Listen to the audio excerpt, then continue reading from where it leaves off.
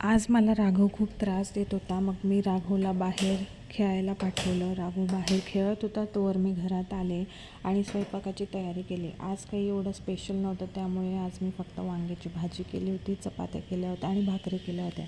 आणि राघवसाठी मी डाळ घालून गिलक्याची भाजी केली होती. मग माझा स्वयंपाक झाला. मग आज मला होते कपडे टाकायचे. तर आज पावसाचं वातावरण असल्यामुळे मी कपडे स्पिनला टाकून दिले मशीनमध्ये. खूप छान वाळून झाल्यानंतर ते मी घरात आले आणि राघवला जेवण घातलं. जेवण झाल्यानंतर कपडे स्पिन होऊन झालेले होते माझे. मग मी कपडे वाळू घातले. वाळू घातल्यानंतर पावसाचं खूप वातावरण होत होतं.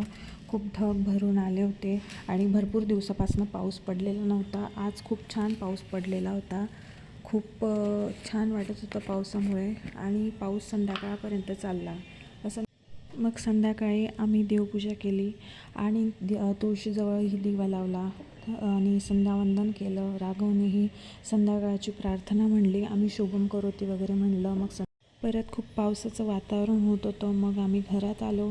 घरातही राघवला मस्ती सुचत होती. राघव फ्रीजमध्ये लपून गेला. मग त्यानंतर आम्ही दोन्हीजण खेळलो. भेटू पुढच्या व्लॉगमध्ये.